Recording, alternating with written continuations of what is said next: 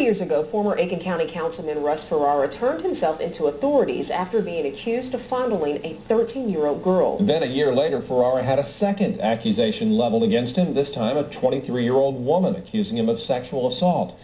Today, we learned prosecutors have dropped all the charges. Joy Howe joins us now to tell us why. Joy?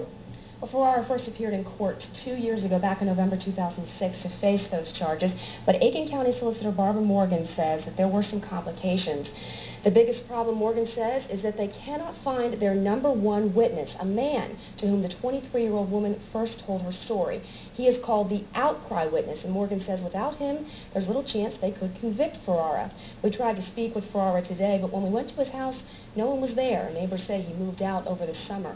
Solicitor Morgan says this case posed several challenges, including the defense asking the judge to review some social service records connected to the 13-year-old, the first alleged victim. Now, while those are confidential, Morgan says they could have hurt the child. That's why it's difficult. And sometimes we have to be honest with victims and tell them that. And in this case, that's the difficulty.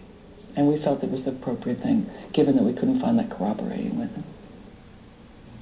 And Morgan says there is no statute of limitation in this case, so it could be reopened. And she adds that sometimes it is better to wait and gather more solid evidence. And then they would have something to go to trial with. Right. But for now, you've got a guy out there whose name's been dragged through the mud, and he may not be guilty. And he's been cleared. Yes, he's dismissed as of now. Joy Howe, thanks a lot for that.